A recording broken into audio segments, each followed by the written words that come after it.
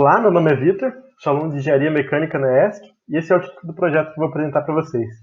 Análise dinâmica de uma viga escalonada periódica com variações nas condições de contorno.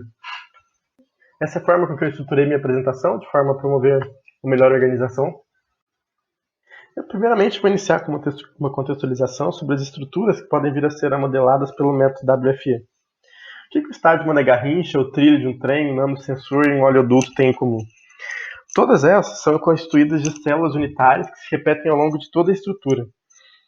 Dado que são estruturas comuns no ambiente de engenharia, é de extrema importância que o comportamento dinâmico destas seja analisado da forma mais eficiente possível. Daí é que se dá a importância do estudo do método WFE. As estruturas modeladas por esse método são tratadas como guias de ondas mecânicas, o que significa que elas atuam de uma forma que direciona as ondas em um determinado sentido de propagação. Nesse exemplo genérico, é mostrado como as forças e os deslocamentos nodais se propagam através das células unitárias. A condição de periodicidade faz com que a equação abaixo seja válida para duas células subsequentes, em que Q representa o vetor de deslocamentos e F vetor de forças. Os objetivos do projeto, portanto, consistem em analisar a função resposta em frequência de uma viga em função do número de células unitárias para as três condições de contorno. As vigas periódicas vão ser modeladas através do método WFE e da aplicação clássica dos elementos finitos. Com isso, os resultados obtidos através de dois métodos vão ser comparados pela precisão e pelo custo computacional. Nesse tópico da metodologia, eu vou apresentar como que é feita a modelagem dos sistemas pelos dois métodos, como o parâmetro do número de células é variado. Nessa imagem é representada uma célula unitária do nosso sistema. A aplicação do WFE consiste em aplicar a modelagem por elementos finitos em apenas uma dessas células, e não na estrutura completa. Com isso, é possível estabelecer a relação entre duas células subsequentes através da matriz de transferência. Tendo modelado a célula unitária, parte-se para a modelagem da estrutura completa. Nessa imagem é mostrada uma viga composta por N células unitárias. A resposta será analisada para uma força aplicada a uma distância de 2/3 da extremidade. Como referência, a viga é modelada com 30 células a partir da aplicação direta do método dos elementos finitos.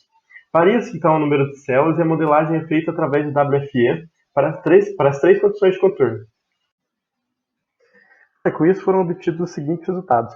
Primeiramente, no caso biapoiado, o que se nota é que para baixas frequências, sistemas com poucas células têm uma resposta que se aproxima de sistemas com muitas células, representada pela viga modelada por elementos finitos.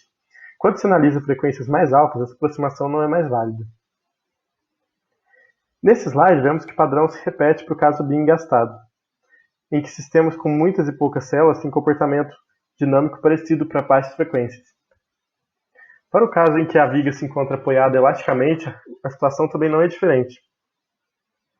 Bom, os resultados mostrados trazem uma discussão interessante sobre a utilização dos métodos dos elementos finitos WFE em estruturas periódicas.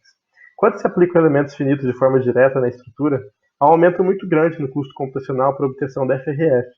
Para o nosso caso, por exemplo, a cada célula adicionada seriam mais 4 nós com 2 graus de liberdade em cada, um acréscimo de 8 linhas e colunas na matriz de rigidez dinâmica. O custo para se inverter uma matriz aumenta de forma quase exponencial com o aumento das dimensões.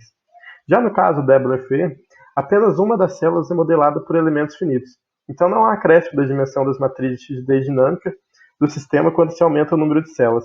Por isso, o método tem ganhado cada vez mais popularidade no estudo de estruturas periódicas. No entanto, há limitações no modelo. Para um número muito grande de células unitárias, a solução diverge para valores de baixa frequência, como representado nos casos com 1.200 células para as três condições de contorno. Isso ocorre porque, durante o cálculo dos autovetores, há divisão por valores muito próximos a zero. São estudadas formas de se resolver esse problema. Uma é a aplicação da decomposição em valores singulares.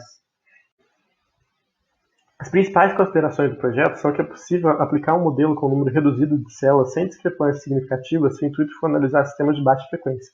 Com o uso do WFE, é possível analisar sistemas sem um aumento expressivo no custo computacional como solução estável, a menos que o número de células cresça muito. No entanto, o WFE não deve ser entendido como substituto para os elementos finitos, mas sim como uma complementação para o estudo de estruturas periódicas.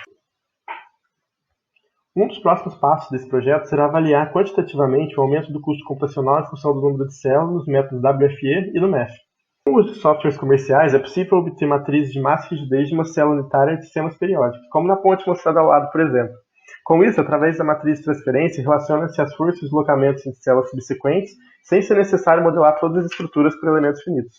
As referências que foram citadas. Muito obrigado a todos pela atenção.